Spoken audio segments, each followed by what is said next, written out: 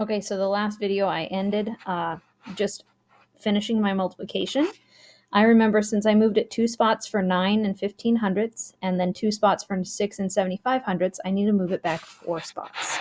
So I need to move it 1, 2, 3, 4 spots, and I get 61 and 7,625 10,000ths. That is a very long number, but 61 is really close to 63. So this estimate is really good. But when I get paid in dollars, have you ever seen a dollar amount that says this, 61 and 76.25 cents? No, that doesn't make any sense. So we're actually going to get paid $61.76.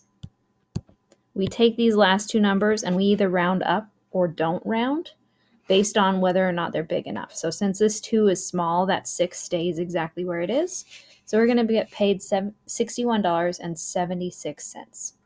That's a pretty good amount of money to earn for painting fences. All right, let's do another example problem. But I'm going to have to start on a new page. Okay, so this one is about distance and money. So I'm going to buy 12 and 3/10 yards of ribbon because I need it for a project. The cost of ribbon is 95 cents per yard. How much am I going to pay? So again, I've got some keywords in here that really tell me that we're multiplying. It says I've got 112.3 yards and it's 95 cents per yard. So because it tells me per yard and I know how many yards, I can multiply these two numbers together. So I know I'm going to have 12.3 times 0.95. That was a little bit off. But remember, before we do that, we're going to estimate so that we make sure that our answer is close enough. So 12 and 3/10 is close enough to 12.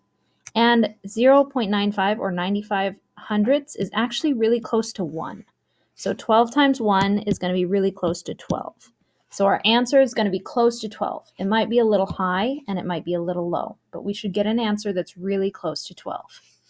Okay, so I'm going to start by making these whole numbers. So I'm going to make 12 and 3/10 into a whole number by moving it the decimal 1 spot.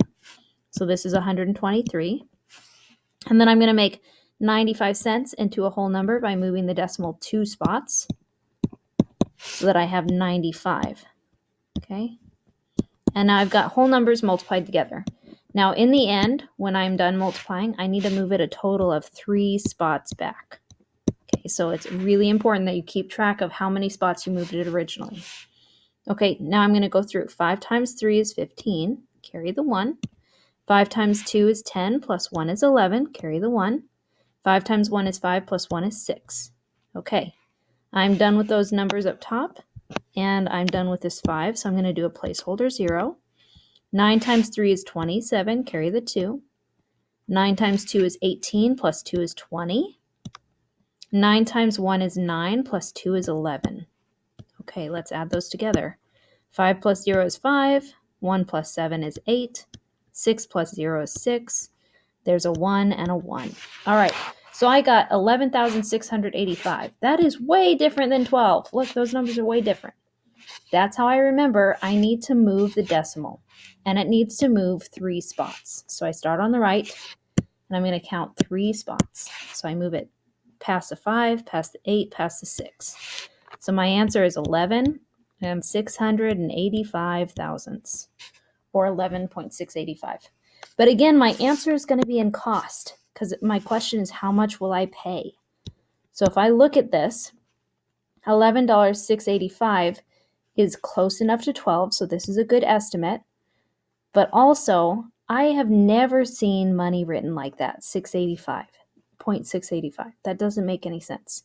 So I have to make it into money amounts again. So I do the whole numbers of 11, and then just the first 2 decimals come out, 685.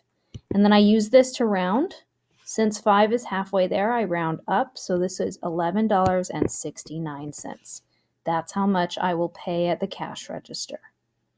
Okay, that's it.